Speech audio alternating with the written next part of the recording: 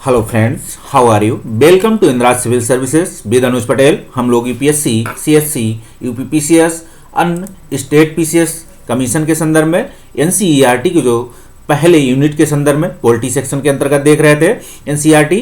तो हम लोग क्लास 10th की जो है चैप्टर 2 पे चर्चा कर रहे थे। इसके साथ ही हम देखेंगे कि ये वीडियो आप देख सकते हैं यूपीएससी, सीएससी, यूपीपीसीएस के जीएस के मेंस का पेपर 2 है जो, तो उसके सिलेबस के आसपास आपको दिखाई पड़ेगा। 6 to 12 एनसीईआरटी पढ़ेंगे तो आपको काफ़ी हद तक जो है मेंस के सिलेबस में कवर करेगा। साथ ही आपका बेसिक जो है तैयार होगा। इसके साथ ही आप देखेंगे कि अन्य स्टेट पीसीएस में जहां मेंस होते हैं तो आप उनके सिलेबस में कौन कहां चीज़ें रखी गई हैं तो उन्हें आप देख सकते हैं।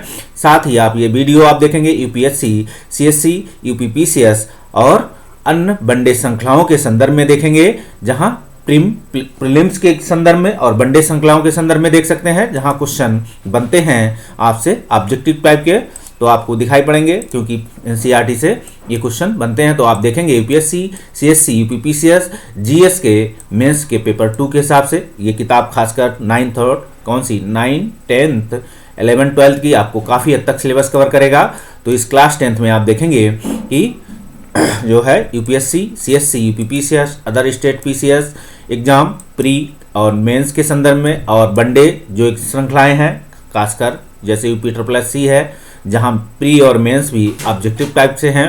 साथ ही आप जो है यूपीएससी, सीएससी, यूपीपीसीएस आप देखेंगे इनमें भी जो प्रीलिम्स के एग्जाम हैं यहाँ भी आपको क्या मिलेगा, यहाँ भी आपको ये किताबें आपको काफ़ी हद तक जो है आपका बेसिक समझ कर देंगे। तो अन्य क्वेश्चन भी आपको क्लियर होने में समझ में आएंगे। तो आप देख सकते हैं हम लोग इंदिरा सिविल सर्विसेज के अंतर्गत पढ़ लिख रहे हैं। आप इसे लाइक करें, सब्सक्राइब करें। हम लोग चैप्टर 2 संघवाद के संदर्भ में चर्चा कर रहे थे, फेडरलिज्म के संदर्भ में। तो आप देखेंगे इसके पहले पार्ट पे हम चर्चा कर चुके हैं, तो हम भाग 2 पे देखेंगे। पार्ट 2 में भी संघवाद के अगले पार्ट पे तो बात करेंगे भारत में आज संघवाद की। तो हम बात करेंगे, आप ये इंडेक्स को देख सकते हैं। हम लोग इसके पहली यूनिट की अगर बात करें तो संघवाद के संदर्भ में चर्चा कर रहे थे दूसरे चैप्टर पे। तो आज हम बात करेंगे भारत में संघीय व्यवस्था के संदर्भ में। देख सकते हैं भारत में संघीय व्यवस्था, तो आप कहें भारत, जैसे हमने आपको बताया था कि संघीय व्यवस्था उन देशों ने भी अपनाई जहाँ क्या है बहुत सारी विविधता है, बायोडाइवर्सिटी है। और विविधता के संदर्भ में देखेंगे वहाँ सांस्कृतिक विविधता है, विविधता कई प्रकार की होती है। इकोलॉजी अगर पर्यावरणीय विविधता की बात करेंगे, इसके साथ सामाजिक विविधता की बात करेंगे देखेंगे। तो इस विविधता में आप देखेंगे क्या चीज़ कि सामाजिक, अगर इस विविधता की बात करेंगे तो इसमें देख सकते हैं सांस्कृतिक,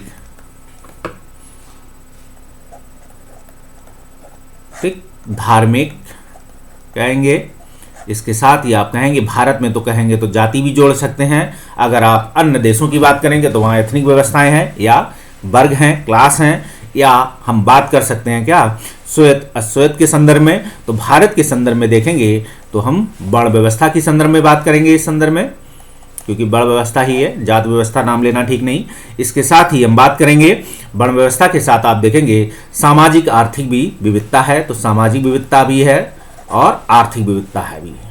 आर्थिक विविधता इस आधार पे है कि हर व्यक्ति को फेडरलिज्म क्या है, जैसे आर्थिक विविधता अब हम बात करें अगर कि सेंट्रल केंद्रीय सरकार के पास आर्थिक शक्तियाँ या आर्थिक रेवेन्यू पावर ज़्यादा हैं या उनके पास स्रोत ज़्यादा हैं से, और केंद्र के पास क्या है जो आर्थिक सोर्सेज हैं, इकोनॉमिक सोर्सेज हैं या रेवेन्यू सोर्सेज हैं उनका, तो वो कम है। तो उन्हें राज्यों को क्या होता है केंद्र से फंडिंग लेनी पड़ती है, सहायता लेनी पड़ती है। तो हम बात करेंगे इस संदर्भ में, इसको भी देख सकते हैं। तो भारत जैसे विशाल मुल्क में यह काम कितना मुश्किल होगा आप समझ सकते हैं कि जब देश स्वतंत्र हुआ था, देश स्वतंत्र होने से पहले क्या हुआ था, भारत देश कई हिस्सों में बटा हुआ था। और औपनिवेशिक शासन काल से पहले की बात करें तो क्या था, हर रोज भारतीय उपमहाद्वीप का नक्शा बदलता रहता था। किसने? हर साल बदलता या हर महीने बदल सकता था। देखेंगे कभी ये हिस्सा भारत से निकल गया। आप देखेंगे चाहे मुगल कालीन व्यवस्था हो चाहे किस अन्य व्यवस्थाएं हो, तो पता लगता था कभी कंधार निकल गया तो कभी बर्मा निकल गया, कभी ये निकल गया तो पता लगा बर्मा आया तो कंधार निकल गया। इसके बाद जब अंग्रेजों का शासन आया तो अंग्रेजों ने एकीकरण की व्यवस्था में भारत को एक विशाल देश के रूप में तैयार किया। आप देख सकते हैं अंग्रेजों की ये देन। आप देख सकते हैं कि भारत में शायद कोई ऐसी व्यवस्था होती अगर, तो आप देख सकते थे शायद ही है कि जो आज भारत का नक्शा है आपके सामने वो शायद उपलब्ध ना होता अगर उस समय के हिसाब से कि जैसे मुगलकालीन व्यवस्था खत्म होती और भारतीय लोग मिलकर एक भारतीय राज्य का निर्माण करते, किस संदर्भ में, जैसे अमेरिका के लोगों ने किया था। तो आप देख सकते हैं क्या आज भारत वैसा होता जैसा उस समय अंग्रेज। आप कल्पना कर सकते हैं कि आज जैसा भारत है, क्या भारत उस समय के हिसाब से होता अगर अंग्रेज भारत ना आए होते, क्योंकि अंग्रेजों ने अपनी महत्वाकांक्षा चाहे इकोनॉमिक ट्रेड के संदर्भ में हो, चाहे आप पॉलिटिकल के संदर्भ में हो, क्योंकि उन्हें क्या था एक जमीन और उन्हें क्या था जगह जगह उन्होंने अपने एक इस्टेब्लिश कर रखा था इंफ्रास्ट्रक्चर कि हमको यहाँ से क्या था। जॉन सुल्विन का कथन है कि हमें गंगा नदी का पानी, मतलब पानी का मतलब है यहाँ के सारे सोर्सेज या रेवेन्यू सोर्सेज सोखकर हमें टेम्स नदी में निचोड़ देना है। तो आज जॉन सुल्विन की जो कथन है आप उसे समझ सकते हैं उससे। तो हम देखेंगे कि मुल्क में यह काम कितना मुश्किल होगा जहां बहुत सी क्या थी भाषाएं थी। आप देखेंगे भाषाओं के आधार पर, संस्कृतियों के आधार पर, धर्मों के आधार पर क्या था, आप छोटे छोटे राज्य बने हुए थे। मुगल आए, मुगलों ने एकीकरण किया। मुगलों से पहले संतुलन व्यवस्था थी तो उन्होंने भी एकीकरण किया भारत का। इसके साथ आप देखेंगे मुगल आए तो मुगलों ने भी एकीकरण किया। इसके बाद फिर अंग्रेज आए। अंग्रेजों ने क्या किया, पहले मुगल व्यवस्था के तहत जो एकीकरण था उस पर अपना कब्जा जमाया। धीरे धीरे उन्होंने अन्य क्षेत्रों पर भी कब्जा जमाया। तो 1935 के अधिनियम में देखेंगे आप म्यांमार को वो स्वतंत्र कर देते हैं एक देश के रूप में, बाकी भारत को एक नक्शे के रूप में तैयार करते हैं। आज जो तिब्बत की बात है, तिब्बत कभी भारत का हिस्सा हुआ करता था अंग्रेजों के समय, लेकिन जैसे ही अंग्रेज भारत से जाते हैं तो क्या होता है, तिब्बत चाइना के हाथ में चला जाता है। आप देख सकते हैं और अंततः भारत भी अभी इस चीज़ को स्वीकार कर चुका है, लेकिन ऑफिशियल रूप से अभी क्या है अपने नक्शे में तिब्बत को कभी कभी दिखा देता है, क्योंकि ये एक क्या है फॉरेन जो है विदेश नीति का हिस्सा है। तो चलती रहती है कूटनीति ये पॉलिसी। तो हम देखेंगे कि मुल्क में यह काम कितना मुश्किल होगा जहां बहुत सी भाषाएं हैं, धर्म हैं और क्षेत्रों पे लोग लगे रहते हैं। आप देखेंगे और इसके साथ ही हमारे देश में सत्ता की साझेदारी की क्या व्यवस्था है। इस साझेदारी की व्यवस्था के संदर्भ में आप देख सकते हैं कि जब देश स्वतंत्र हुआ, देश का संविधान का निर्माण हुआ।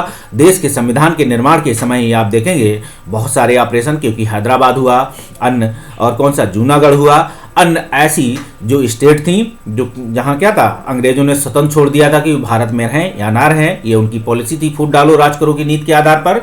तो उन्होंने इनको क्या किया था, हैदराबाद ने तो इतनी मतलब कहा था, रातों रात उन्होंने क्या किया था, कनाडा से आप देखेंगे जो है हथियारों की एक ट्रेड की थी कि हम भारत के साथ लड़ाई करेंगे या यहाँ हम जो है क्या करेंगे। तो वो कॉमनवेल्थ का हिस्सा होने के साथ भारत ने क्या हुआ, भारत को ये सूचना मिलते हुई ऑपरेशन पोलो के तहत हैदराबाद को अपने कब्जे में लिया गया था। आप देख सकते हैं इस संदर्भ में हमारे देश की साझेदारी की व्यवस्था की थी। तो सब तब इस व्यवस्था में आप देखेंगे उस समय के हिसाब से जब देश स्वतंत्र हुआ था तब सरदार वल्लभ भाई पटेल के अंडर में, अन्य नेताओं के अंडर में 565 रियासतों को भारत के एकीकरण में जोड़ा गया था। आप देखेंगे इसी साझेदारी के तहत कि आप भारत के हिस्से की वहाँ के लोग अब भारत में मिलना चाहते हैं, इसलिए आप इस व्यवस्था को खत्म कीजिए, आप लोकतंत्र के हिस्से में आ जाइए। तो इस व्यवस्था के तहत आप देखेंगे बहुत सारी रियासतों का एकीकरण हो गया। भारत एक संघात्मक राज्य है, तो इस संघात्मक राज्य का वो रियासतें हिस्सा बनी। वहाँ के लोगों ने वोटिंग के माध्यम से क्या हुआ, वहाँ के जो लोग चुनाव में खड़े हुए वोट करने का अधिकार उन्हें मिला और उन्होंने क्या हुआ, लोकतांत्रिक व्यवस्था में संसदीय व्यवस्था के तहत अपने प्रतिनिधियों को चुनकर संसद में भेजने का काम शुरू किया। और इसी विकास के साथ आप देखेंगे भारत की विकास की प्रक्रिया की गाड़ी आगे बढ़ने शुरू हुई होती है। तो इसी प्रक्रिया में आप देखेंगे कि साझेदारी की व्यवस्था शुरू हुई। तो हम देखेंगे, आइए संविधान की हम शुरुआत करें। तो देखेंगे भारतीय संविधान में ही, तो भारतीय संविधान के अगर हम पहले चैप्टर में देख सकते हैं कि हमारे संविधान जब लिखा गया था, तो आप इसको देख सकते हैं कि इस संदर्भ में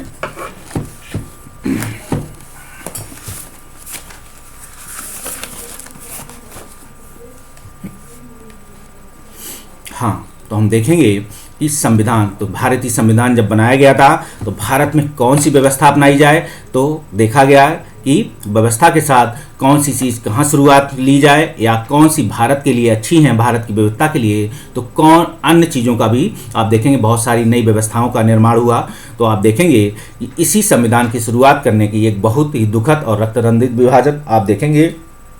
जब संविधान की बात कर रहे हैं, ये एनसीईआरटी कह रहे हैं, हम अगर संविधान की शुरुआत की बात करें तो यहाँ देखेंगे कि संविधान के निर्माण में अंबेडकर, नेहरू जो केंद्रीय या राजनेता थे, कौन से, भारतीय स्वतंत्रता आंदोलन के, उन्होंने क्या है भारत के संविधान के निर्माण की प्रक्रिया आगे बढ़ाई। और निर्माण की प्रक्रिया के साथ आप ये भी देखेंगे कि भारतीय संविधान के निर्माण की शुरुआत की प्रक्रिया में ही आप देखेंगे भारत में क्या हुआ, एक विभाजन शुरू होता है जो अंग्रेजों ने 1906 से ही प्रक्रिया शुरू की थी। तो आप देख सकते हैं कि ये रक्त रंजित विभाजन था, जिसमें क्या था, बहुत सारे लोगों का आप बहुत सारे जगह क्या हुआ था, धार्मिक आधार पर हिंदू मुस्लिम जो है राइट्स हुए, दंगे हुए और बहुत सारे लोगों की जानें गईं। तो भारत इसी के साथ आज़ाद भी हुआ था। आप देखेंगे 14 अगस्त और 15 अगस्त की तारीखों पे आप इसे आज़ादी प्राप्त होती है। तो एक 14 अगस्त को क्या बनाता है, भारतीय मतलब स्वतंत्रता आंदोलन, वो कहते हैं हम आज़ाद हो गए, भारत कह रहे हैं हम आज़ाद हो गए। आज़ाद तो दोनों ही हुए थे एक औपनिवेशिक शासनकाल से, लेकिन आज़ादी के तरीके देखिए बदल गए। तो आज़ादी के कुछ समय बाद ही अनेक स्वतंत्र रजवाड़े भारत में विलीन हो गए, अपनी इच्छा से विलीन हो गए थे। और इन रजवाड़ों के सदस्यों को आप देखेंगे क्या था, इन्हें एक स्टेट का दर्जा दिया गया था। और साथ में आप ये भी देखेंगे कि इन्हें भारतीय संविधान के निर्माण की प्रक्रिया में भी इन्हें जोड़ा गया था। हम देखेंगे भारतीय संविधान में भारत को राज्यों का एक संघ घोषित किया है। तो हम बात कर रहे थे, यहाँ पे इस लाइन यहाँ छिप रही है, तो ये लिखा है भारतीय संविधान ने भारत को राज्यों का संघ घोषित किया है। तो भारत के संविधान का पहला अनुच्छेद हम कह सकते हैं, पहला आर्टिकल कह सकते हैं, ठीक है।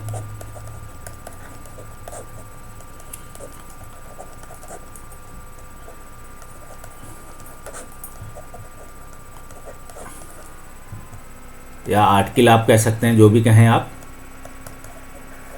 ठीक। तो देखेंगे भारत को राज्यों का एक संघ घोषित किया है। आप ये भी देखेंगे राज्य और उनके राज्य क्षेत्र ऐसे होंगे जो पहली अनुसूची, अगर बात करें अनुसूचियों के साथ मतलब शेड्यूल्स में व्यवस्था की गई है कि इन्हें कैसे जोड़ा जाएगा।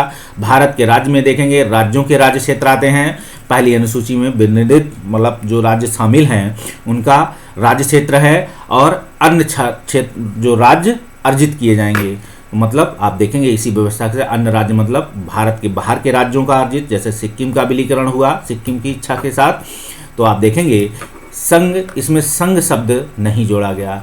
आप याद रखिएगा भारतीय जो है अर्थात इंडिया अर्थात राज्यों का एक संघ होगा, लेकिन इसमें संघ शब्द नहीं आया, ठीक है। पर भारतीय संघीय व्यवस्था के गठन में संघीय व्यवस्था के सिद्धांतों पर हुआ है। आप याद रखिएगा कि इस संघ शब्द अलग से कोई नहीं जोड़ा गया है, इसमें संघ शब्द नहीं आया। पर भारतीय संघ का गठन आप देखेंगे या भारतीय संघ जो कहेंगे, भारतीय संघ में संघीय व्यवस्था, संघीय शासन व्यवस्था कहेंगे या सरकारों का जो निर्माण है, ठीक है, वो क्या है, संघीय व्यवस्था के सिद्धांत पर हुआ है। जो सरकारें चलाती हैं, सरकारें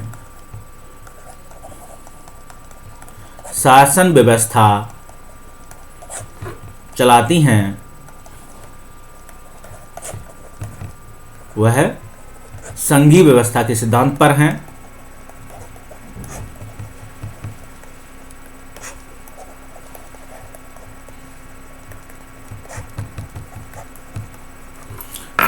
देख लीजिए इसे, हम ऊपर संघीय व्यवस्था के जिन 7 विशेषताओं का जिक्र किया था, उन्हें आप इन व्यवस्थाओं को हूबहू रट सकते हैं, लिख सकते हैं, नोट डाउन कर सकते हैं। आप इन्हें कभी संघीय व्यवस्था के बारे में आए तो आप संघीय व्यवस्थाओं को इन विशेषताओं से बता सकते हैं, कुछ पॉइंट को डाउन करते हैं। कभी संघीय व्यवस्थाएं पूछी जाए कि इनकी विशेषता क्या हैं, तो आप इन विशेषताओं को बाकायदा उकेर सकते हैं।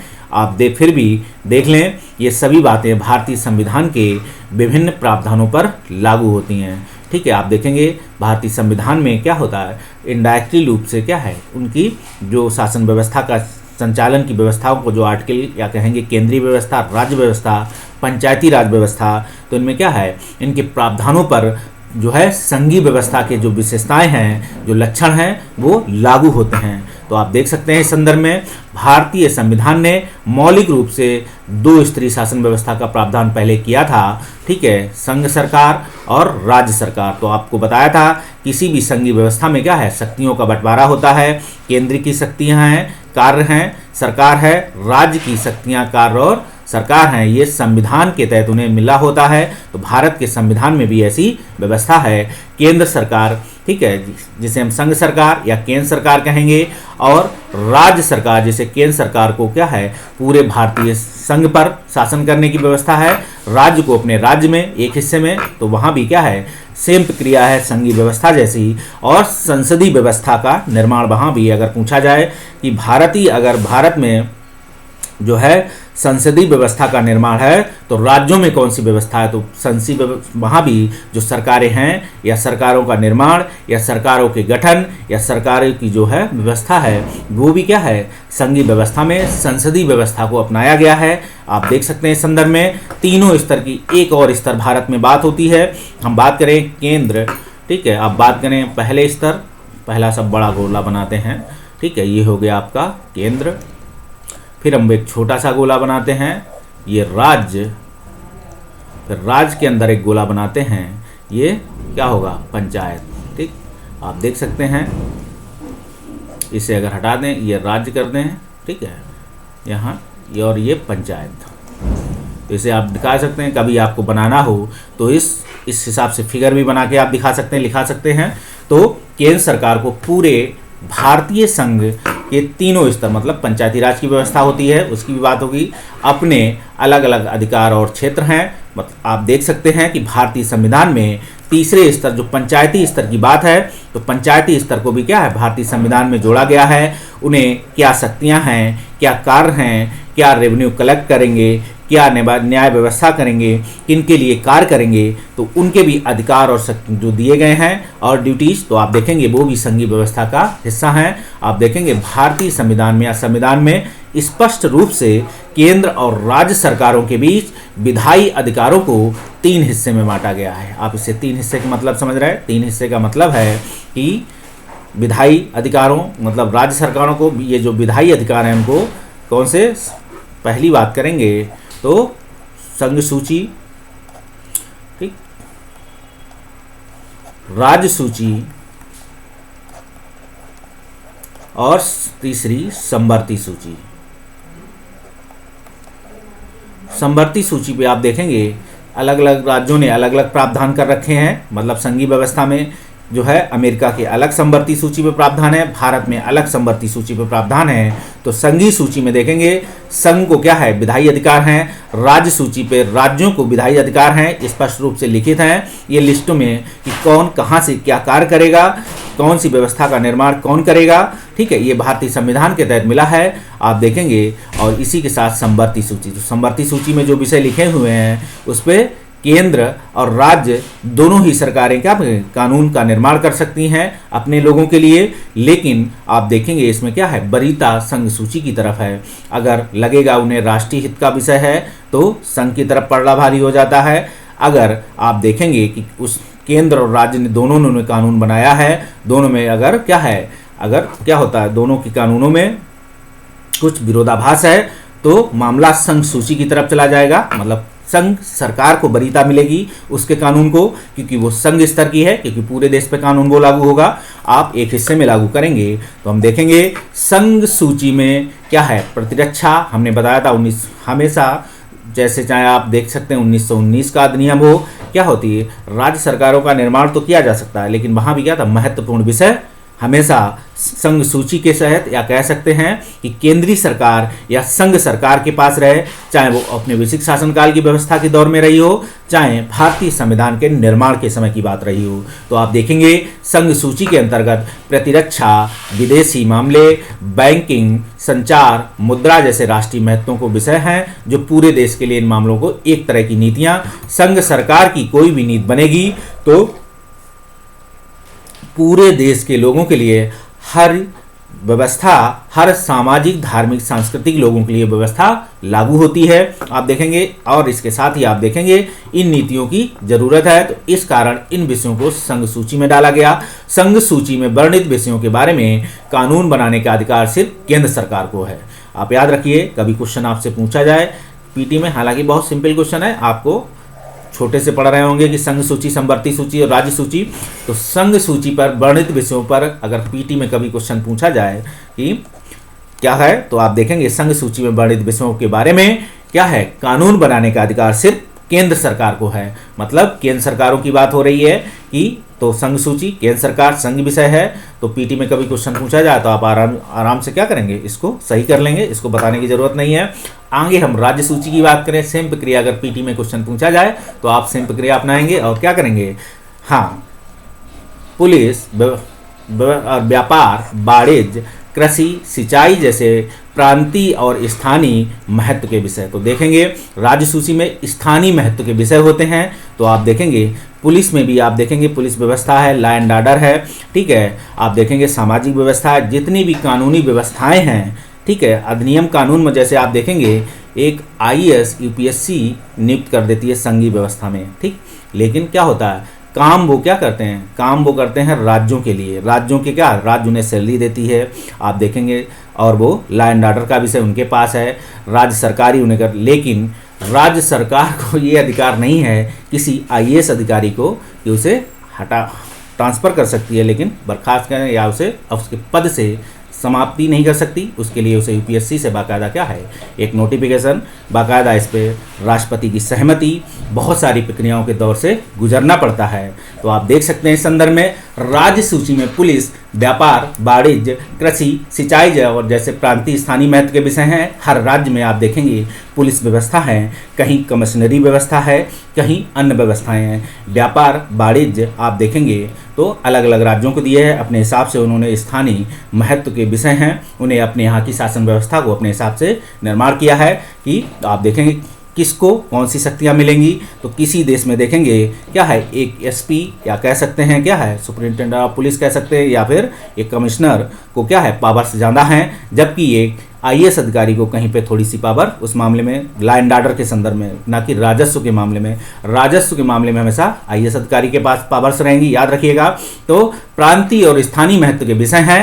राज्य सूची में वर्णित विषयों के बारे में सिर्फ राज्य सरकारें ही कानून बना सकती हैं। आप देखेंगे जो राज्य सरकारों को जो क्वेश्चन जरा सा सिंपल सा है, आप बना लेंगे कि राज्य सूची में वर्णित है तो सिर्फ बनाएंगे। बस इतना ध्यान रखना है कि राज्य सूची, ये तो पीटी बनने टाइप का क्वेश्चन पूछा जा सकता है, बहुत हल्का है, लेकिन पूछा जाएगा कि पुलिस व्यवस्था, व्यापार, वाणिज्य, खासकर ये कृषि, ठीक है, कृषि वाला जो क्वेश्चन है ये कई बार पूछा जाता है कि ये किसका विषय है। याद रखिएगा इस विषय के संदर्भ में ये कृषि कानून प्रांतीय स्थानीय के महत्व है। आप देखेंगे कृषि के लिए क्या है, कभी कभी सेंट्रल गवर्नमेंट भी क्या बनाती है, विषय बना सकती है। तो इसे थोड़ा सा आप इसका क्या करें, कॉन्करेंस लिस्ट में जाएंगे, आप वहाँ भी देखेंगे, इसमें भी देखेंगे आप थोड़ा सा, क्योंकि इसमें क्या है, यहाँ सिर्फ कृषि लिखा है। तो आप देख सकते हैं कि अन्य चीज़ों के बारे में भी कि स्थानीय स्तर पर या कहेंगे संघ स्तर पर भी कानून बनाने के अधिकार हैं। तो कैसे हैं, आप इसकी लिस्ट को देख सकते हैं और जान सकते हैं। हम राज्य सूची में वर्णित विषयों के बारे में सिर्फ राज्य सरकार ही कानून बना सकती है, ऐसा बात कर रहे थे। अब हम बात करेंगे समवर्ती सूची। देख सकते हैं कॉन्कर लिस्ट में क्या होगा, शिक्षा, तो देखेंगे शिक्षा पे बहुत सारे अधिकार हुआ। वन पे देख सकते हैं मजदूर संघ यूनियन, तो आप देखेंगे दोनों जगह होते हैं। विवाह पे देख, खासकर इस क्वेश्चन को आप याद रखें विवाह के संदर्भ में कि विवाह के संदर्भ में कहाँ किस विषय में रखा गया है। गोद लेना, उत्तराधिकार जैसे विषय शामिल हैं। तो विवाह इंपॉर्टेंट सब्जेक्ट आप देख सकते हैं जो क्वेश्चन पूछे जाने के हैं। शिक्षा, वन, मजदूर संघ, ठीक, ये क्वेश्चन कई बार पूछे जा चुके हैं। अब क्वेश्चन पूछने का तरीका है, अगर वो कॉन्करेंस लिस्ट में क्वेश्चन जाएगा, इंटरनल रूप से पूछेगा तो बताएगा कि विवाह लेना, विवाह करोगे आप मतलब शादी करना, और गोद लेना और उत्तराधिकार जैसे विषय समवर्ती सूची में है। समवर्ती सूची को हमने कारण बताया था कि दोनों ही क्या है, केंद्र और राज्य दोनों ही इस पर विषय बना सकते हैं। अगर दोनों कानूनों में कुछ विरोधाभास है तो राज्य सरकार का कानून क्या होगा, कोलैप्स हो जाएगा। लेकिन अगर राज्य सरकार ने कानून पहले बना रखा है और क्या किया है, पहले बनाकर और उसे लागू कर रखा है, ठीक है, अप्रूवल हो चुका है, तो आप फिर उस विषय पर क्या होगा, अगर केंद्रीय सरकार कोई कानून बनाती है तो राज्य सरकार का कानून कोलैप्स नहीं होगा, याद रखिएगा, क्योंकि ये अलग से प्रोविजन है। हम बात करेंगे उत्तराधिकार जैसे विषय, वो विषय हैं जो केंद्र के साथ राज्य सरकारों की साझी दिलचस्पी में आते हैं। तो आप देखेंगे केंद्र के साथ राज्य सरकारों की साझी दिलचस्पी है, आप लिखेंगे केंद्र सरकार और राज्य सरकारों की साझी सहमति या साझी, दोनों लोग अपने कानून बना सकते हैं, लेकिन कुछ खास नियमों के साथ, कुछ खास संवैधानिक नियमों के साथ आप लिख सकते हैं। लिखते वक्त इस विषय में इन विषयों पर कानून बनाने का अधिकार की बात करेंगे तो राज्य सरकार, केंद्र सरकार और दोनों ही हैं, लेकिन जब दोनों के कानूनों में टकराव हो तो केंद्र सरकार द्वारा बनाया कानून मान्य होगा। इसमें भी कुछ प्रोविजंस हैं, आप याद रखिएगा। हम आगे बात करें तो आप देखेंगे यहाँ एक सवाल उठता है आपसे कि जो विषय इनमें से किसी सूची में नहीं आते हैं उनका क्या होता है। तो अब हम बात करेंगे क्या, जैसे कंप्यूटर सॉफ्टवेयर हुआ, जैसे विषय किसके अधिकार क्षेत्र में आएंगे, क्योंकि ये संविधान बनने के बाद आए हैं। देखेंगे कंप्यूटर सॉफ्टवेयर तो बाद में आया है, आप देखेंगे तो इस पर क्या है, हमारे संविधान के अनुसार बाकी विषय जो क्या है केंद्र सरकार के अधीन चले जाते हैं। तो आप देखेंगे जो समवर्ती सूची में लागू नहीं है। हाँ, अब एक चीज़ और बता देते हैं, यहाँ पे आपको बताया था संघ सूची, राज्य सूची और समवर्ती सूची। आप देखेंगे इनमें सभी जो है कौन कहाँ कानून बनाएगा, कौन दोनों पे बनाएगा, किन का पलड़ा भारी होगा। लेकिन इसके अलावा जो भी देखेंगे क्या, जो अब नए नए विषय आते हैं, जो नए नए विषय या मुद्दे सामने आते हैं उन पर सिर्फ केंद्र सरकार को कानून बनाने का अधिकार है।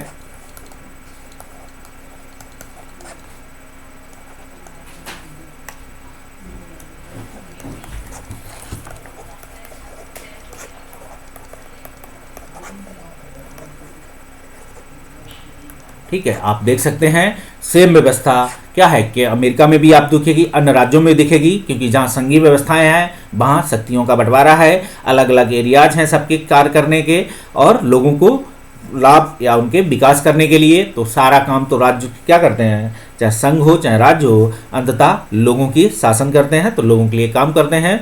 तो हम बात करेंगे कि बनाने का अधिकार देंगे जो नए हैं। तो इसी तरीके से जो अमेरिका दोनों जो विषय शामिल नहीं है वो केंद्र सरकार के पास चले जाते हैं, अन्य राज्यों में भी सेम है। तो आप इसे देख सकते हैं कि जो अधिकार हैं तो राज्य में, भारत में ये व्यवस्था है कि भारत में जैसे जो अधिकार बच गए हैं, मतलब अभी कंप्यूटर सॉफ्टवेयर का नाम, क्योंकि समवर्ती सूची, राज्य सूची और किसमें संघ सूची में कोई ऐसा विषय जो शामिल नहीं है, समय के साथ सामने आया तो उस पर कानून बनाने का अधिकार केंद्र के पास है। सीधा अपने संविधान में ये चीज़ लिखी हुई है। आप देखेंगे सबको साथ लेकर, मतलब सबका साथ सबका विकास, देख सकते हैं सबको साथ लेकर चलने की नीति मानकर बनी अधिकार, बड़ी संघीय व्यवस्थाओं में साझी इकाइयों को बराबर अधिकार नहीं मिलते। एक तरफ आप देखेंगे कि सबका साथ सबका विकास, मतलब आप देखेंगे संघीय व्यवस्था की भी ये टैगलाइन है एक तरीके से, तो सबको साथ लेकर चलने की नीति मानकर बनी अधिकतर जो बड़ी संघीय व्यवस्थाएं हैं, जैसे भारत, अमेरिका, कनाडा, ऑस्ट्रेलिया में साझी इकाइयों को बराबर अधिकार नहीं है। आप अधिकारों की बात करें तो आप समझ सकते हैं कोई अगर महत्वपूर्ण विषयों में कानून बनाने का अधिकार अगर है तो उसके पास पावर्स भी ज़्यादा होंगी, उसे पूरे देश को रेवेन्यू कलेक्ट करना है, पूरे देश पे देना है, तो उसके पास रेवेन्यू पावर्स भी ज़्यादा होंगी। आप देखेंगे तो जो राज्य सरकारों की अर्थव्यवस्था है केंद्र सरकार की बजाय छोटी होती है। क्यों ऐसा है? क्योंकि उनके पास एक बड़े पूरे संघ पर है, पूरे भारतीय भूभाग पर है। अगर भारत के संदर्भ में करें, राज्यों को सिर्फ अपने राज्य के संदर्भ में कानून बनाने का अधिकार है, लेकिन आप देखेंगे राज्यों को भी वहीं से राजस्व प्राप्त हो रहा है और केंद्र को भी वहीं से राजस्व कलेक्ट कर रहे हैं उन्हीं लोगों से, लेकिन अलग अलग विषयों पर या अलग अलग नए कानून बनाकर। ठीक, आप देखेंगे इसके साथ ही नए कानून बनाने के साथ आप देखेंगे कुछ नए महत्वपूर्ण जो है विषय बनाकर उस पर कानून बनाकर टैक्स ले सकते हैं। आप इसकी बात, दोनों सरकारों के पास ये पावर्स हैं कि वो कोई नया टैक्स आपसे कलेक्ट करने की व्यवस्था का निर्माण कर सकते हैं। आने वाले समय में देखिए, पहले आपसे वाटर टैक्स नहीं लिया जाता था, हाउस टैक्स बाद में आया, तो हाउस टैक्स, वाटर टैक्स और सारे टैक्स आपसे लिए जाने लगे। आप घर बनाते हैं, घर बनाने के बाद भी आपसे एक टैक्स लिया जाता है, हाउस टैक्स, क्योंकि नगर पालिका के क्षेत्र में ये एरिया आता है। ये उन्होंने एक नया टैक्स का निर्माण करके अपनी नगर पंचायतों को दे दिया। तो यही अधिकार हैं सबको बनाने के। तो आप देखेंगे कि सब बड़ी संघीय व्यवस्थाओं में साझी इकाइयों को बराबर अधिकार नहीं मिलते, क्योंकि उनका भूभाग भी छोटा है, तो उन्हें उतने अधिकार कैसे मिलेंगे। अपने एरिया में काम करिए आप, ठीक है। तो इसी तरीके से आप देखेंगे कि एक कैसे, अगर हम बात करें मंत्रिपरिषद के संदर्भ में, एक प्रधानमंत्री बनता है, तो प्रधानमंत्री की अगर मंत्रिपरिषद है तो मंत्रिपरिषद भी अलग अलग एरियाज में काम करती है, सबके अलग अलग विभाग हैं। लेकिन पीएमओ के पास आप देखेंगे, पीएमओ या प्रधानमंत्री के पास सभी विभागों की समीक्षा, सभी विभागों के साथ बैठक और उनकी निगरानी करने के साथ उनका पीएमओ ऑफिस कर सकता है। तो आप देखेंगे भारतीय संघ के सारे राज्यों को भी बराबर अधिकार प्राप्त नहीं है, ठीक है। सारे राज्यों को मतलब अलग अलग राज्यों को कुछ अधिकार दिए गए, उन्हें क्या है, संघ सूची, समवर्ती सूची, अन्य राज्यों में तो मिले हैं, लेकिन बराबर के अधिकार मतलब कुछ विशेष अधिकार आप देखेंगे। बहुत सारे राज्य, जैसे क्या है, बिहार राज्य नीतीश कुमार क्या आते हैं, हमें विशेष राज्य का दर्जा दे दीजिए, ठीक है, अपने राज्य के विकास के लिए। क्योंकि आप देखेंगे क्या है, जब विशेष राज्य के दर्जे की बात आएगी तो जो राज्यों का कलेक्शन टैक्सेज है वो 90-10, मतलब आप देखेंगे जो टैक्सेज भारत और उनके बीच, मतलब भारत और संघ राज्यों के बीच होगा, संघ और राज्यों के बीच, तो टैक्सेस के संदर्भ में कुछ स्पेस फंडिंग होगी। आप देखेंगे उन्हें कुछ स्पेशल, जो राज्यों को संघ सरकार पैसा देती है उसमें विशेष राज्य को क्या होता है, 90-90-10 के रेशियो में चला जाता है। आप देखेंगे कुछ ऐसी व्यवस्था है, कुछ स्पेशल फंडिंग होती है, कुछ टैक्स का बचाव होता है, सरकार को भरना नहीं पड़ता है, बहुत सारी चीज़ों का सामना करना जो है उन्हें विशेष प्रोविजन मिल जाते हैं। सॉरी, तो आप बात करेंगे भारतीय संघ के सारे राज्यों को भी अधिकार बराबर नहीं है, मतलब समवर्ती सूची, राज्य सूची में तो जो अधिकार मिले हैं वो सभी बराबर हैं। लेकिन क्या करते हैं, संघ सरकार करती है कि हमने, जैसे उत्तराखंड को विशेष राज्य का दर्जा देकर उसे कुछ स्पेशल फंडिंग हुई, इसी प्रकार से सिक्किम जब भारत का राज्य बना तो उसे स्पेशल राज्य का दर्जा देकर कुछ विशेष फंडिंग हुई। तो कुछ विशेष फंडिंग जो संघ सरकार के पास ये अधिकार प्राप्त है। आप देख सकते हैं हाल ही में आप देखेंगे क्या हुआ था, जम्मू कश्मीर को जम्मू और कश्मीर और लद्दाख नामक 2 केंद्र शासित प्रदेशों में विभाजित कर दिया गया। अब जम्मू कश्मीर में अपना कोई संविधान नहीं है, हमने आपको बताया कि बल्कि भारत के संविधान के साथ शासित और प्रशासित है, क्योंकि एनसीईआरटी कहती थी कि इनका अपना संविधान है, लेकिन अब समय बदल चुका है। क्योंकि आप देखेंगे हालांकि अभी भी जम्मू और कश्मीर, लद्दाख के लोगों के लिए विशेष राज्य के दर्जे के तहत कुछ विशेष अधिकार अभी प्राप्त हैं वहां पे, आप याद रखिएगा, इनका डिवीजन किया गया लेकिन इन्हें विशेष राज्य के रूप में कन्वर्ट कर दिया गया। आप देखेंगे अभी अधिकार अभी भी प्राप्त है उन्हें, कुछ अधिकार उन्हें अभी भी कुछ प्राप्त हैं, संघीय व्यवस्था में कुछ अन्य राज्यों को अधिकार प्राप्त हैं, ठीक है। तो जो संघीय व्यवस्था में एक केंद्र शासित प्रदेश के पास अब जो अधिकार होंगे वो अधिकार अब जम्मू कश्मीर और लद्दाख के पास भी प्राप्त हैं। उनको कुछ विशेष राज्य का दर्जा देकर कुछ विशेष अधिकार अभी दे रखे हैं केंद्र सरकार ने आने वाले समय के लिए। तो समय के साथ वो विशेष अधिकार धीरे धीरे समाप्त होते हैं, क्योंकि विशेष राज्य का दर्जा एक समय के बाद खत्म हो जाता है। तो आप देखेंगे भारतीय संघ की इकाइयों को क्या होगा, बहुत ही कम अधिकार हैं, कहेंगे राज्यों के पास कम अधिकार हैं, लेकिन महत्वपूर्ण कार्यों को आप देखेंगे, चाहे वो पुलिस व्यवस्था हो, सामाजिक व्यवस्था हो, ऐसे अधिकार बनाने का है। लेकिन आप देखेंगे भारतीय संघीय व्यवस्था में भी क्या है, इन अधिकारों के साथ अगर कोई अधिनियम बनाती है केंद्र सरकार, जैसे क्या कि जैसे बनाए शिक्षा पे अधिकार बना दे, हम शिक्षा पे ये करते हैं। तो भारत में क्या हुआ, मिड डे मील बना। तो मिड डे मील क्या था, कर्नाटक की एक तमिलनाडु का डिसीजन आता है, तो मिड डे मील की व्यवस्था का निर्माण होता है। आप देखेंगे उस मिड डे मील के तहत बना कानून, ठीक है, इसके तहत केंद्र सरकार ने कानून बनाया। कि कानून बनाने के साथ आप देखेंगे 1 रेशियो में केंद्र सरकार उन्हें पैसा भी देती है, खाद्यान्न भी उपलब्ध कराती है, उसका भी पैसा देती है।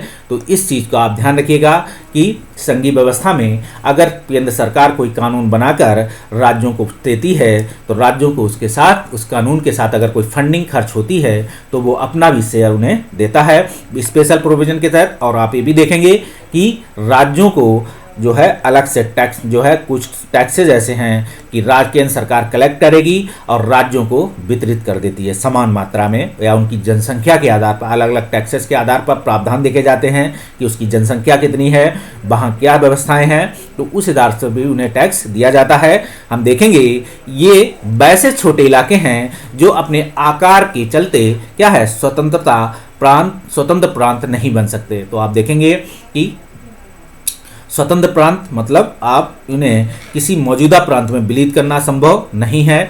तो आप देख सकते हैं बहुत सारी ऐसी व्यवस्थाएं हैं, जैसे क्या है संघ शासित प्रदेशों का नाम आता है कि इन्हें मौजूदा प्रांतों में विलीन करना मुश्किल है। भारत का आर्टिकल 3 कहता है किसी राज्य क्षेत्र को मिला सकते हैं। भारत के पहले ही आर्टिकल में चीज़ अब भारत के संविधान में की गई है, फिर इसकी प्रक्रिया आप आर्टिकल 3 में चले जाएंगे आपको पूरी दिखेगी।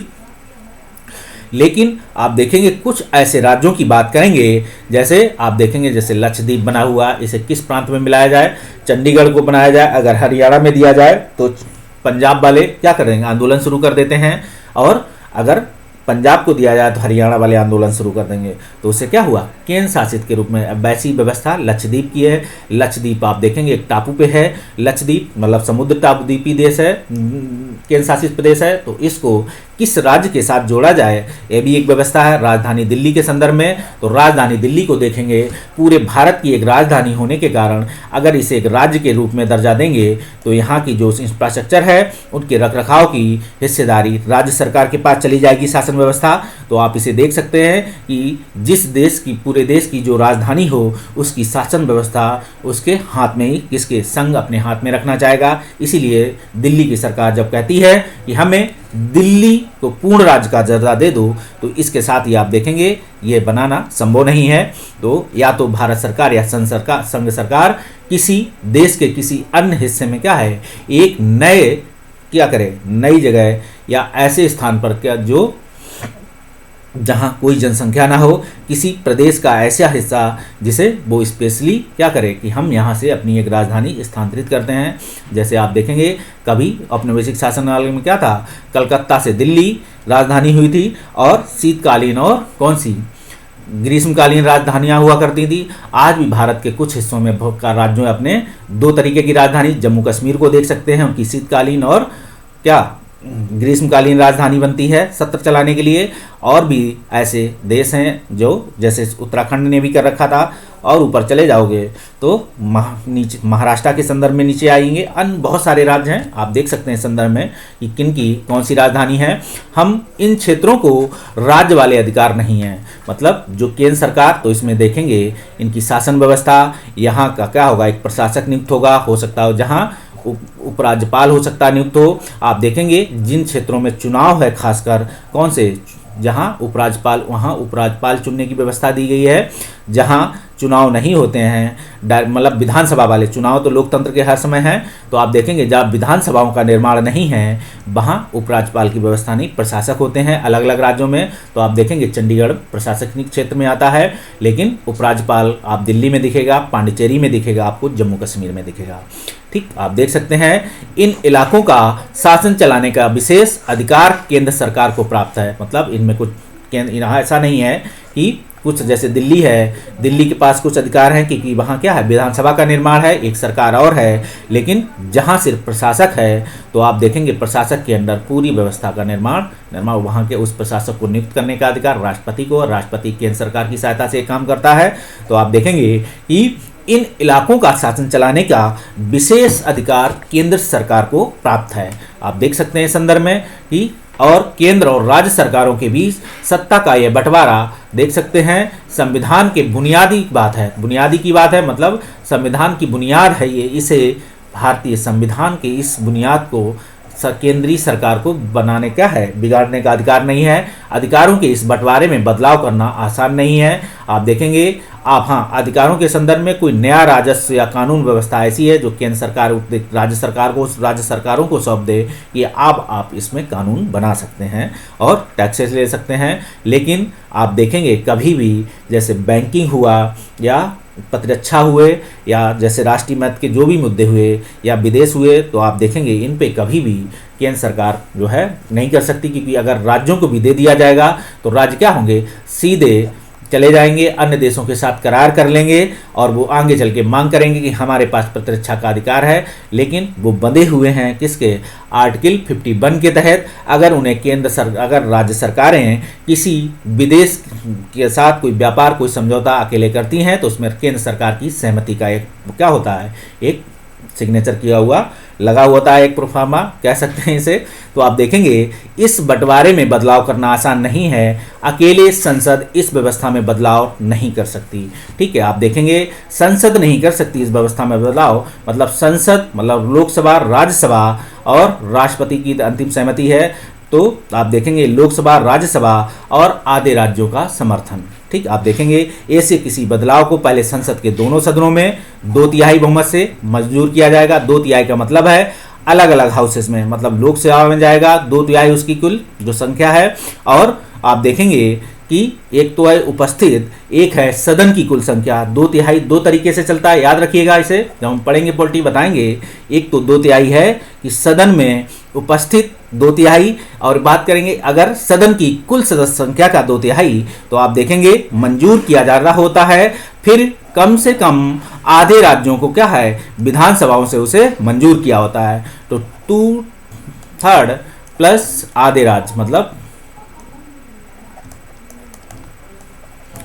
जो है स्टेटों का समर्थन होना चाहिए, तब जाके वो बिल पास होता है। आप देख सकते हैं इस संदर्भ में राज्य अपनी सहमति देंगे कि हम इसे पास करते हैं, वो उनके वहाँ भी जाएगा तो वहाँ की क्या है, वहाँ की जो है विधानसभाएं उसे जो है पास करेंगी, लेकिन वहाँ की प्रक्रिया अलग हो जाएगी। याद रखिएगा राज्यों का समर्थन चाहिए होता है, तो वो सामान्य बहुमत, वहाँ ऐसा नहीं है कि राज्य के अंदर गए तो राज्य भी अब उसे अलग अलग, अगर 2 हाउसेस हैं मतलब विधान परिषद और विधानसभा, तो उन्हें भी 2/3 मेजॉरिटी चाहिए, नहीं, वो सामान्य बहुमत से भी इसे पास कर सकते हैं। याद रखिएगा ये स्पेशल प्रोविजन है, हम जब पॉलिटिकल ने बताएंगे तब आपको बताएंगे। संवैधानिक प्रावधानों और कानूनों के क्रियान्वयन की देखरेख में न्यायपालिका क्या करेगी, महत्वपूर्ण भूमिका निभाती है। तो आप देखेंगे जब जो ये बुनियादी सिद्धांत थे इनमें भी अगर आधे राज्यों का समर्थन प्राप्त हो गया, अब बात आती है न्यायपालिका आपके पास।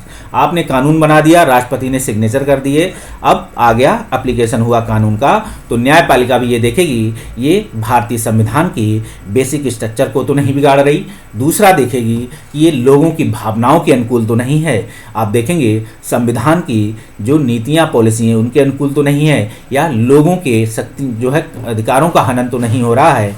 ठीक, अगर न्यायपालिका ये स्वतः संज्ञान ले सकती है या कोई इस पर रिट दायर कर दे तो संज्ञान लेगी। तो शक्तियों के बंटवारे के संबंध में कोई विवाद होने की स्थिति में फैसला अब उच्च न्यायालय और सर्वोच्च न्यायालय के पास चला जाएगा, आप देख सकते हैं। और सरकार चलाने आप सीधे क्या करेंगे, ऐसा नहीं है अगर केंद्र सरकार ने कोई कानून बनाया तो आप सुप्रीम कोर्ट ही जाएंगे, नहीं, आप किसी हाई कोर्ट में भी दखल दे सकते हैं कि ये केंद्र सरकार का कानून ऐसा है। फिर जो हाई कोर्ट है उस कानून को देखते हुए क्या केंद्र सरकार से भी पूछ सकती है, या इसको क्या करेगी, सीधे दाखिल कर देगी, आपको कहेगी आप इसको अपने हैंड सिग्नेचर के साथ कि इसको आप मतलब सुप्रीम कोर्ट स्थानांतरित कर देती है मामला अपनी स्वेच्छा से, या वो मांग सकते हैं, अलग अलग प्रोविजन है, आप बताएंगे इसे।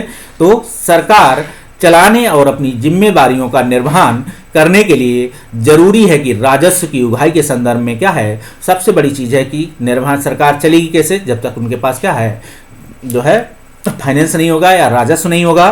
तो देखेंगे कि राजस्व की उगाही के संदर्भ में केंद्र और राज्य सरकारों को कर लगाने और संसाधन जमा करने के अधिकार प्राप्त हैं। तो आप देख सकते हैं केंद्र और राज्य सरकारों को कर लगाने हैं, संसाधन मतलब उनको अपने संसाधन जमा करने का अधिकार है। और आप देखेंगे इसी के साथ आप आकाशवाणी, आपको ये देख सकते हैं कि आकाशवाणी पर एक हफ्ते राष्ट्रीय और केंद्रीय जो समाचार बुलेटिन सुने हैं आप, सरकारी नीतियों के बारे में आप सुन सकते हैं, उनकी सूची बना ले सकते हैं राज्य सरकारों, या फिर आप देख सकते हैं क्या है अलग अलग पेपर में सोच सकते हैं कि राज्य सरकार ने इस पे कानून बनाया, केंद्र सरकार ने किस पे कानून बनाया, समवर्ती सूची इस पे केंद्र और राज्य दोनों बनाया।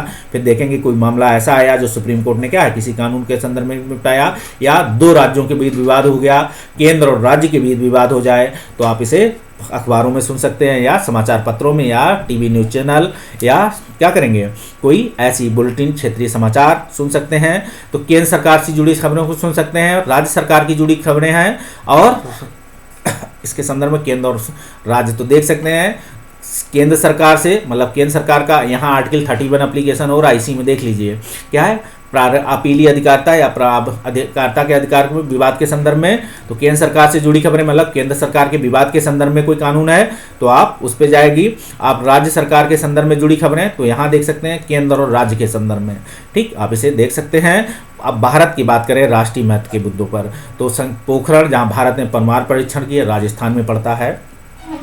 अब मान लीजिए कि राजस्थान केंद्र सरकार से परमाणु नीति का विरोधी होती है, ठीक है। अब राजस्थान क्या करेगी, राजस्थान के पास क्या अधिकार है, आपसे सवाल पूछा जाए कि केंद्र सरकार की परमाणु विरोधी नीति का विरोध करने का, आप कर सकते हैं विरोध? नहीं कर सकते हैं, क्योंकि केंद्र सरकार को परमाणु परीक्षण से रोक सकती थी। ऐसा भारतीय संविधान में देखिए, राष्ट्रीय महत्व प्रतिरक्षा के संदर्भ में नीतियां बनाने का अधिकार राज्यों को है। और राज्य क्या है, राज्यों को भारतीय राज्यों से अलग या उनकी संघ सरकार की नीतियों को ऐसी जो महत्वपूर्ण विषय हैं प्रतिरक्षा वैदेशिक मामलों में कोई भी विरोध करने का अधिकार केंद्र सरकार को, राज्य सरकारों के पास नहीं है। तो आप इसे देखिए। मान लें सिक्किम की सरकार अपने स्कूलों में नए पाठ्यक्रम लागू करना चाहती है, देखिए इस नई पाठ्यक्रम, तो ये विषय क्या है, शिक्षा का हो गया, ठीक, आप इसे देख सकते हैं। ये क्या था, प्रतिरक्षा क्या हो गया, ठीक है। तो प्रतिरक्षा के विषय के संदर्भ में क्या हुआ आप देख सकते हैं। तो ये विषय शिक्षा है। केंद्र सरकार पाठ्य पुस्तकों में विषय वस्तु जैसे संसद शैली पसंद नहीं है, ऐसी स्थिति में क्या राज्य सरकार ये नए पुस्तकों को लागू करने केंद्र सरकार से अनुमति लेना जरूरी है? तो आप देखेंगे पाठ्य पुस्तकें लागू कर सकती है। कुछ नई शिक्षा को वो अपने जो है संवर्ती सूची का विषय है, तो जैसे किसी केंद्र ने कानून पास किया, कानून पास करने के बाद अगर उस शिक्षा में कुछ क्या है, अपने पाठ्यक्रम में कुछ बदलाव कर सकती है, तो उस बदलाव करने का अधिकार केंद्र सरकार के पास है, क्योंकि उस क्षेत्रीय महत्व के मुद्दों, क्षेत्रीय महत्व की चीज़ों को क्या करेगी, अपनी शिक्षा में जोड़कर या विरासत में जोड़कर क्या है, उन्हें शिक्षा देने का अधिकार है। तो आप ये अधिकार राज्यों के पास है। अब हम बात करेंगे नक्सलियों से निपटने के बारे में। आंध्र प्रदेश, छत्तीसगढ़, उड़ीसा जैसे मुख्यमंत्रियों की राय अलग अलग है। ऐसे मामले प्रधानमंत्री दखल दे सकते हैं। क्या आदेश जारी करने की मुख्यमंत्री मानेंगे? तो एक ऐसा आदेश जारी कर के सभी मुख्यमंत्री मानेंगे। तो आप देखेंगे अगर ये क्या है, लॉ एंड ऑर्डर, नक्सली है, सामाजिक व्यवस्था है, लोगों की रक्षा की बात है, तो लोगों की रक्षा की बात आएगी तो केंद्र सरकार भी इस पर कानून बनाएगी। केंद्र सरकार की प्रतिरक्षा है, उसके पास भी है, उनके पास भी प्रतिरक्षा अलग से है, लेकिन प्रतिरक्षा जब बात आती है तो केंद्र के पास चली जाएगी। लेकिन अलग से आप देखेंगे नक्सलियों मतलब क्षेत्रीय मुद्दा है, उग्रवाद है, ना कि आतंकवाद है, ठीक है, किसी विशेष क्षेत्र में है तो क्या है, अगर सरकार केंद्र से क्या है, मदद मांगती है, राय मांगती है, या देखेंगी सरकार कि यहाँ पे जैसे वो भी अपनी क्या है, एक यूनिट भेजने का अधिकार है, तो वो लगेगा अगर केंद्र सरकार को कि हम यहाँ इस चीज़ को जो है ख़त्म करने में अपनी भी यूनिट एक लगा सकते हैं, तो इसे देख सकते हैं। राज्य सरकार आप देख सकती हैं, राज्य सरकारें भी इस काम करती हैं, तो इसे दखल दे सकते हैं, आदेश जारी कर सकते हैं। सभी मुख्यमंत्री माने तो प्रधानमंत्री को इस मामले में आदेश जारी करने के संदर्भ में शक्ति ऐसी नहीं प्राप्त है। हाँ, वो क्या करें, राज्यों के मुख्यमंत्रियों से इस पर क्या करेंगी, राय मशवरा कर सकते हैं, या क्या करेंगे, इस पर निपटने के लिए मिलकर काम करने की बात करेंगे कि हम एक अपनी यूनिट लगाएंगे, आप अपनी एक यूनिट लगाइए, मिलकर इस समस्या को जड़ से खत्म करते हैं। तो आप देखेंगे नक्सलियों से निपटने के लिए क्या करते हैं, बहुत सारी बटालियन, अर्धसैनिक फल, ठीक है, अर्धसैनिक कह सकते हैं, सैनिक नहीं, आर्मी नहीं, कहीं कहीं ज़रूरत पड़ती तो आर्मी भी है, नहीं तो अर्धसैनिक बल, या फिर आप देखेंगे सीआरपीएफ या अन्य व्यवस्थाएं यूनिट के संदर्भ में, या पुलिस ऑर्डर व्यवस्था, या केंद्र क्या है, एक नई राज्य सरकारों को भी एक नई जो है क्या करते हैं वो जो नई प्रतिरक्षा के मामले में एक आधी यूनिट खड़ी, एक दो यूनिट खड़ी करने का अधिकार है विशेष के लिए, मतलब किसी विशेष कार्य करने के लिए। तो देख सकते हैं कि विशेष कार्यों को करने के लिए कोई नई यूनिट खड़ी कर सकते हैं इस व्यवस्था में। शायद हम इस वीडियो को यहीं रोकते हैं, अगले वीडियो में मिलेंगे, तब तक के लिए बाय बाय, गुड डे।